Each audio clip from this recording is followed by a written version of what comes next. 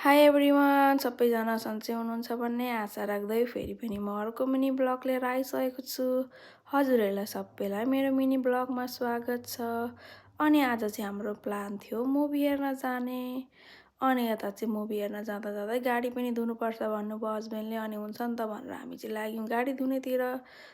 तर गाडी धुने ठाउँमा चाहिँ एकदमै धेरै भिड थियो अनि हामी चाहिँ 1 घन्टा जति पर्खिनु पर्यो। अनि यता चाहिँ फाइनली हाम्रो लाइन आएर गाडी पनि धोइरहेको छ, देख्न सक्नुहुन्छ तपाईँहरूले।